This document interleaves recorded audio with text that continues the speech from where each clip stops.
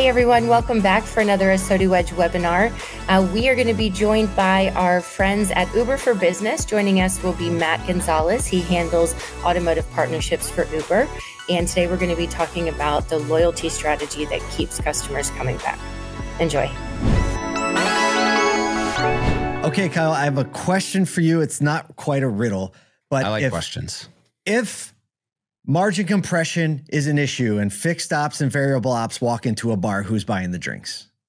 Fixed ops, money's all green. Fixed ops is buying the drinks, right? Money's all green, baby. Let's go. We all know every that. time. I mean, we're in such an environment, and we've seen it. Like you and I have been in the industry long enough that we've seen many cycles, right, where margin compression becomes a major issue. And that ebbs and it flows, and it ebbs and it flows. But every time it comes up, there is one stronghold that everybody runs to and starts talking about.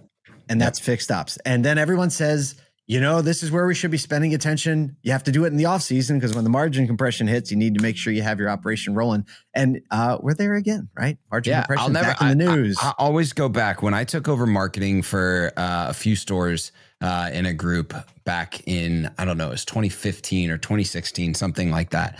I went to my boss. I said, we're going to forget about sales for 3 months. I'm just going to focus on service, marketing, retention, and anything that we can do to dial that in. Because he said, say that first part again. That's exactly what he said. He said, whoa, whoa, whoa, whoa, whoa, whoa, whoa, whoa. I was like, yeah, but you want a business in 3 years, not just 3 months, right? And he said, okay, let's think about it. And we went after that. And I think that the industry is continuing to realize how deep of a lane that is to go after. And I still don't think we've figured out as an industry, but we're headed that way. And I think the conversation that we get to have today is a step in that direction for sure. Yeah. We're going to be just about to be joined with Matthew Gonzalez, automotive partnerships with Uber. Let's just bring him on because he's a super smart and sharp guy. And we don't need to be the authority here. That's for sure. No, definitely not. Thank you, gentlemen. Appreciate it. Matt, thanks for joining us today. It's good to have you. Thank you. Thank you. Are those Super Bowl trophies in the back? What are those? Yeah, they are. I'm outside of Uber. I'm a dedicated flag football coach. Oh, get out of here. Yeah. For my girls. So that's amazing. We're lining up the Super Bowls. Honestly, I got to get a bigger trophy case. That is so cool. That's a ton of fun. Look, that wasn't on my bingo card to start this. It wasn't. Matt, you actually said before this, and I think it's super unique as we get into this and why it's important for you. You've been a multi-time founder of companies, but you've taken this leap to get into what you're doing now with Uber and why you see that's important. Before we kind of get into some of the things that we're seeing in the industry, I'd like to hear just from you, because a lot of people in the industry know you. Why is this move and why is this company and why is what you're doing now important to you after seeing where you've come from and founder and startup life and things you're seeing across the industry and the people you've gotten to touch? I think it was a great fit for me. One, I've had the auto experience over the last 10 years. I mean, whether it be in sales, whether it be in service, on the marketing side, the tech side, Uber was looking for somebody with auto experience to join their team. I did some research as to exactly what they were offering the industry. I've had a bunch of cars in my lifetime, all leases, finances, some used. I've been in service departments where I sit there for 3 to 4 hours. After meeting with the team, they let me know exactly what their goal was. Ultimately just eliminating shuttles across the board. And it was something I felt strongly about. It related directly to my life, directly to, my everyday scenario when taking a car into service. So I jumped on board. I think, with me being a founder, especially in the automotive industry, it is a grind, and everybody on our team has that same mentality. So again, it was just a perfect fit for me. So let's take a step back now and set the stage from just state of the industry a little bit and where that's going to take us here. We kind of previewed a second ago that new car margins, obviously they are compressing. They've been all over the place. They are there's something that we can't even track down, but gross profit per new vehicle is down 33% in 2024. It's back up a little bit this year. but we know that obviously margin and kind of Paul led to it. The money's all green. Give us a little bit of insight as to what you're seeing when we look at the margin, the profitability, the expanse of fixed ops in particular is looking like as a State of the Union. I mean, listen, we all know this. Fixed ops is the moneymaker in a dealership. Sells them, service keeps them. Retention is where they make a majority of their profit. So again, you just said it. Fixed ops is accounting for about 40% of total gross profit, and it's only about 12% of their actual revenue. I think if more dealers focused on retaining their actual customer base after selling them a car, their profit margins would increase substantially. Understood. Well, let's talk about the fact that retention and how that ties into service fixed ops, how it ties into the stability of the market fluctuation, how it ties into what you all are trying to solve. I'll give you from my personal experience, working with a lot of the bigger groups. One of their core focuses is, keeping customers inside their dealership happy, right? So a lot of the times we'll see, we'll take a survey or we'll meet with a fixed ops director, and a lot of the times you see that customers are waiting there for 3 to 4 hours for a shuttle, especially if you're waiting in a major city. So let's just say LA, for example. Shuttle goes out, drops off 3 customers, takes about an hour, 2 hours to get back. That customer is certainly not satisfied. So now they're bugging the advisor, which then ends up having that customer, 1, possibly going to a dealership closer to their location, or 2, to an independent that they know they can get in and out of as fast as possible. Well, let's tie that back. So CSI scores, how does that tie back into that transportation experience, and what does that what is the derivative effect on retention? Most of the customers that, or most of our dealers that are using Uber, I mean, you can do the simple research for yourself. Just jump on a Google review, or go to DealerRater, jump on a review, search for Uber, and you'll see that 90 to 95% of customers leaving 5-star ratings. They're pretty much have the Uber service. Yeah. They're in and out of a store. You don't have to wait. You can drop your car, you get an Uber, or you get a voucher, you head on your way, go about your day, come back to the dealership whenever you're ready to pick up your car. Mm-hmm. There's a JD Power's CSI score is based on 5 things. For the people who didn't know, it's service quality, the service advisor, vehicle pickup, the service facility, and the service initiation. Vehicle pickup does involve 19% of the total score. That pickup experience, which is I think it's appropriately, but it measured at 19%. But I also think, as far as the actual experience goes, like JD Power measures it at 20%, but I think the pickup experience, vehicle pickup, that could ruin the entire thing, in my opinion. I think that has the opportunity, because it's such an important and potentially derailing to someone's day. Even if everything else goes well and the service advisor is great, if that part of it, that could really submarine the entire score, in my opinion, not just the JD Power one, but in someone's actual mind. I 100% agree with you. And I think one issue that we face at the dealer level is they don't have the capacity to facilitate every single pickup and drop off with their internal staff.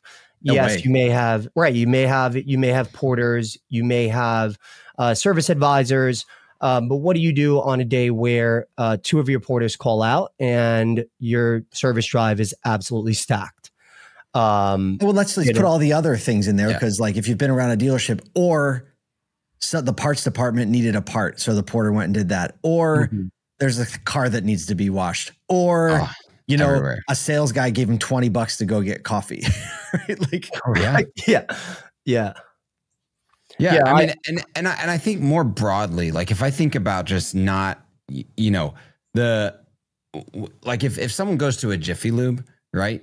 The whole pickup, drop off, like what's the car doing scenario isn't even involved. And so we kind of have, like, as a culture, we have a baseline persona of that timeline of being, oh, I stay in my car, or, oh, nobody asked me questions. And we increase that friction as in the retail side of the industry, just naturally, because we have a bit more process, because we have a check-in process, because we think more about how that vehicle's life cycle is going to go, what we need to introduce to that customer, what things we need to look at for a recall or things like that. So just the engagement of here's my keys in whatever way is already increased friction. It's increased time. So the more we can do to kind of like reduce that friction, we've got a stat here, that independent garages in 2024 made up 55% of the automotive repair market.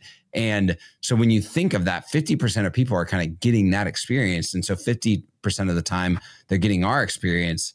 And this is a point where we can go, no, we're going to actually potentially remove the entire friction of what does it look like to hand over the keys to me, and how quickly can I get you in and out of here? Are you seeing shops start to get a little bit more visit behavior because of their capacity to handle the customer like handoff a bit quicker and leaner? Yeah. I was speaking to a dealer yesterday, and they kicked off a brand new store. They're averaging about 60 ROs a month. And one of his issues is, again, getting customers in and out, utilizing his shuttle. So he wanted to bring on Uber. And there was a follow-up call yesterday, by the way. They increased by 10 ROs a day already, just having that extra bay open. Car isn't sitting there. Customers getting there much faster, getting out much faster. They're not waiting 3 to 4 hours for that shuttle to come pick them up. So yes, you are seeing a direct correlation to increased ROs. Again, because your bay time is less than what it actually is if you were using a shuttle or if you were having the customers commute by themselves. So I think we've painted a clear picture of what the strategy is. Mm-hmm. Make it easy for people to get there, to get on their way with their day, and then to get back and pick up their car. How do we do that in a way that is in line with what customers expect out of a great experience? That means the communication is great. That means the wait time is completely minimal. And I'm sure, like, this is always the case. Less bothered or like happier customers say yes to more work, right? Because there's nothing like getting people to say yes when they're already bothered. Right? No one wants to be in the service department. They want to get to the next thing. And so I think that the strategy is very clear. How do we make those things happen? So talk a little bit about how Uber for Business really does integrate with platforms, what the experience is like from, for the dealer and for the customer. Outside of our direct platform, Uber Central, we also have a bunch of integrations with third-party vendors, including CDK, MyKarma, RedCap. So, if you don't want to use our direct product and you'd like to go through a third party, you can use that. I think in a nutshell, super simple. Most dealers can get stood up within 3 days. We come on site, we train your team, all of your advisors on how to use the platform. On the customer experience side, it is almost as booking a ride, but you have somebody else doing it for you. Customers get a text message on every update about the ride. The advisor can actually track where that customer is, which helps for having a car ready, washed, and in the driveway for when that customer gets there. It's, again, for the advisor side, it is as easy as booking a ride. You're going on to our web app or mobile app, and you're just pretty much ordering a ride for that customer, or you can send a voucher. And that's if you're using what you just explained is if you're using like Uber Central, right? Correct. Is what you're saying. So that's no integration, no setup. They go on the platform and they just go through kind of the process that we're familiar with. Like, how do you book a ride on Uber? Correct. Yeah, it's almost identical to our Uber mobile app if you were ordering a ride for yourself. Yeah. I mean, I think that that's what's so nice about it is it's like, well, as a culture, we already know how to interact with this, right? So like as an advisor, the training, the uptick time for someone to get used to doing this and make it feel really seamless for the customer is really low. And then the direct visibility of like, oh, I know where that customer is. I can interact with like when do I get back to them? And maybe call them or I know when they're going to be arriving so I can meet them at the door, I think is a really, really neat, way of interacting with a customer that you might not get with any other mode of transportation, right? It's always kind of like hit or miss, guess when things, and you can start to schedule your day and think critically about like, when am I bringing people back? How am I making sure that I leave time for this person, then this person? If I'm an advisor, I'm like, how do I ship everybody out of this store so that I'm managing all of the outflow of the bays and without the pressure. Right. Yeah. There's nothing like, I was a service advisor. It was my first step in the auto industry. And there was nothing like when back in the day, now we're talking 22 years ago. So we had a lot less tech. But on our little write-up pad that we used to track, when that little W was next to a customer, waiter, when that was there, it just was like, well, you knew you were getting the eye of death and, Yeah. And you see that you see people wandering by the bay, like they shouldn't be back by the bays, but they're randomly, they have a drink in their hand and they're just like looking to see if their car is, and God forbid you haven't pulled their car in yet. Oh, right? You're done. Yes. It's just not a good place because then they think either my car's done or they haven't started it yet. Yeah. It goes bad. Yeah. Start getting antsy. Oh, very, very antsy. And then you have to put pressure on the tech and then the tech isn't happy and it just goes and it goes and it goes and it goes. How are you, one of the things that I think is tough, like in all of the things that we are telling our customers and our clients in the dealership about why to do business with us, how are the best dealerships kind of integrating this into their communication patterns with customers so that people know it's an option so that, because the worst thing would be everybody's always surprised that it's an option so that you don't increase throughput. You don't increase like how many people are coming through the door. A lot of the dealers, one, they have a pickup and drop off sign outside of their service drive. And some of them actually have these cardboard foldables on their desk, letting customers know they do offer pickup and drop off. So if you don't want to wait, we can send you in an Uber. I think most of the time dealers are offering it to their customers. They're offering it to their service customers to keep them coming back. Hey, do you have something to do today? Do you want to go to the mall? Do you want to go get Starbucks? Do you want to go back home and then come back? You don't have to sit here and wait. I think a lot of the advisors do a really great job in communicating that to all of their service customers. Hey, if you don't want to wait around, this is going to be 6-hour job, 7-hour job. We can send you home and then we can send you back in an Uber, all on us.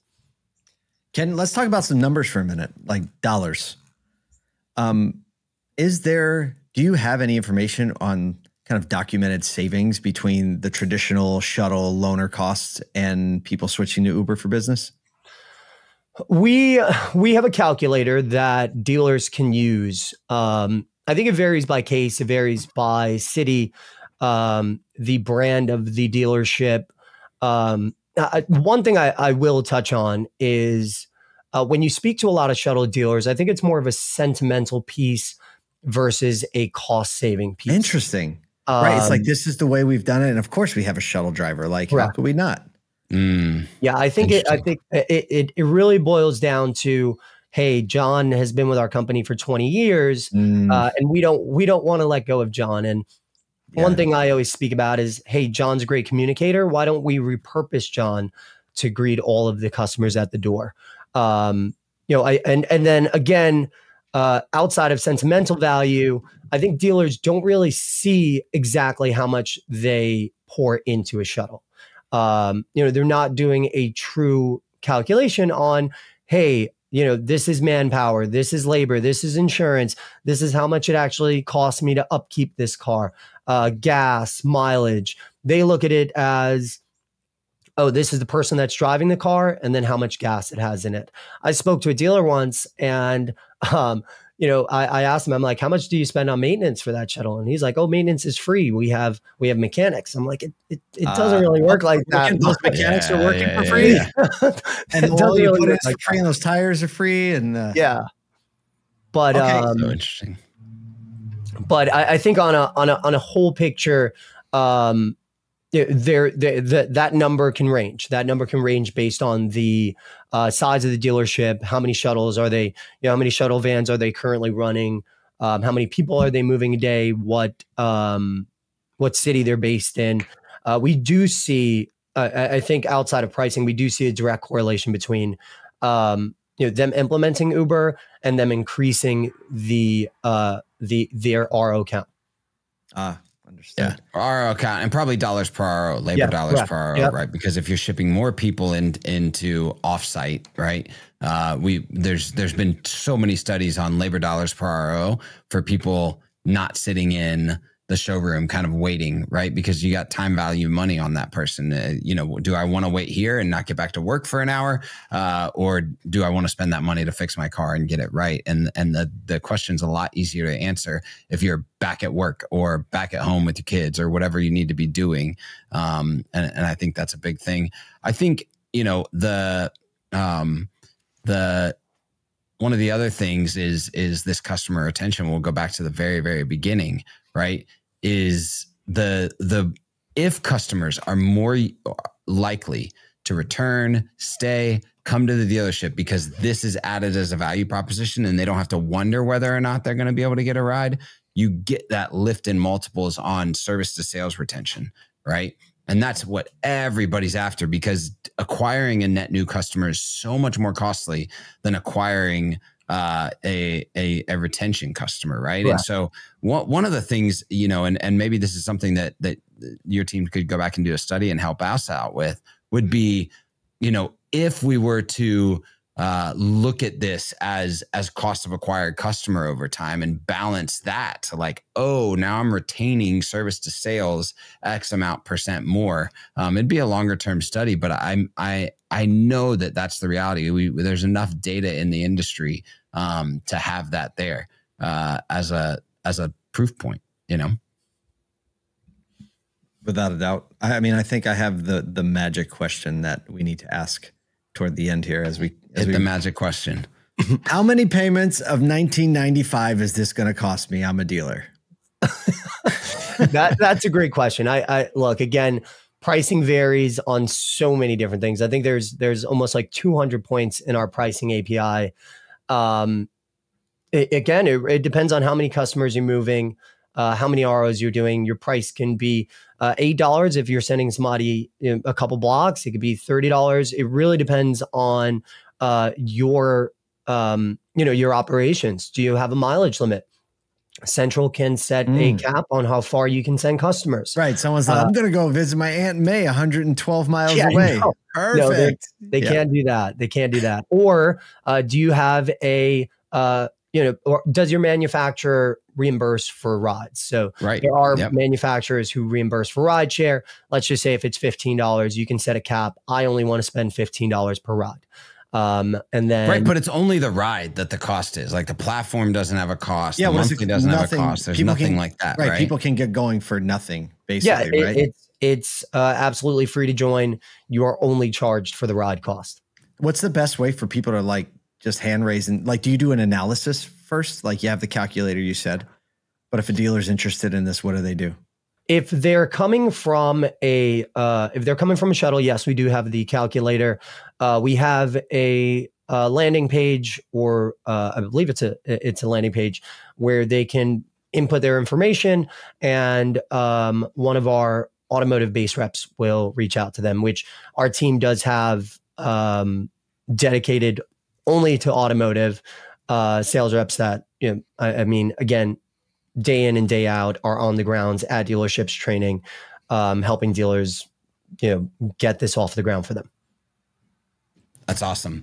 Well, hey man, Matt, it's been a pleasure hanging out with you. I think that, when you look at the full circle of what service needs to be, what customer experience needs to be, what it feels like to be a customer, and if you put yourselves in that shoe, this is absolutely a no-brainer. And from a cost perspective, you can look at it and then, hey, look, if an advisor it's as easy as saying, look, book an Uber ride, which we all know how to do. It's a great option. So thanks for sharing some of the stats, some of the stories, and some of the ideas that anybody can take into their store right now. Thanks for hanging out with us on this Edge webinar. No problem. Thanks for having me, gentlemen.